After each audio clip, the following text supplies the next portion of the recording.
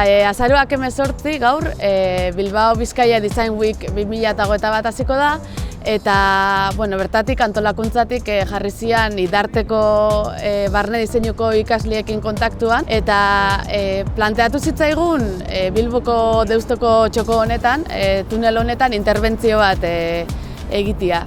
Eta, interbentzioari dagokionez, hirugarren eta laugarren mailako barne diseinuko ikasliek proposamen desberdinak aurkeztu genitxun, eta horietako bat, gure proiektua, Joki izena daukana aukeratu zen, realitatera eramateko edo gauzatzeko. Proiektua gauzatzen hasi ginean, tunela erabiltzen duten pertsonekin elkarrizketak izan genitxun, ez pixkat beraiekin empatizatzeko eta jakiteko zen nolako ibilbidea itzen zuten edo zenbat aldiz pasatzen zian bertatik. Eta, bertatik jaso genitxun, elkarrizketa horietatik jaso genitxun ondorio nagusixenak izan zian jende asko nahiko deseroso pasatzen zala tuneletik. Eta, askok zikinkeria aipatzen zuten, argitasun falta zegoela tunelian, eta batzuk inkluso beldurra zaukatela pasatzeko eta ez ziala pasatzen edo eguneko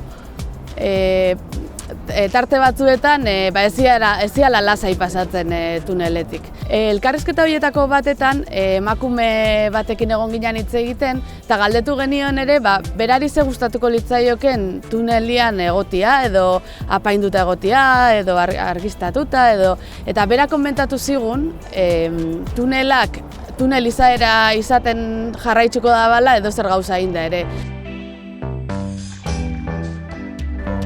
Eirek lehen komentatu digun bezala, gure proiektuaren abiapuntua eta ardatza izan zen elkarrizketetan emakumeak esandako esaldia. Izan zela egindakoa eginda tunelaren beraren izaera ez zela aldatuko. Orduan hori kontuan hartuta horretatik tiraka eta kontuan hartuta astebeteko interbentzioa bakarrik izango zela, erabaki genuen tunelaren puntu ahulenak izan zitezken horiek indartzen. Horren helburua izan da, hemendik pasatzen den orori eskaintzea esperientzia bat eta beraien azalean sentitzea beste batzuek beraien azalean sentitzen dutena hemendik pasatzerakoan. Esperientzia bat eskaintzeaz gain, salaketa gune bat ere irekitzea gustatuko litzaiguke, batez ere uste dugulako horrelako puntu beltzek eta horrelako hirigintza planek ez daukatela izaterik gure gizartean, utzi behar diogulako ibilgailuei lehentasuna emateari eta oinezkoak lurperatzeari. Gure proiektuaren diseinu grafikoaren arduradunak izan dira laugarren mailako diseinu grafikoko bi ikasle, Iraia Mendez eta Asier Rodríguez, eta honez gain gustatuko litzaiguke eskerrak ematea proiektuan lagundu diguten guztiei.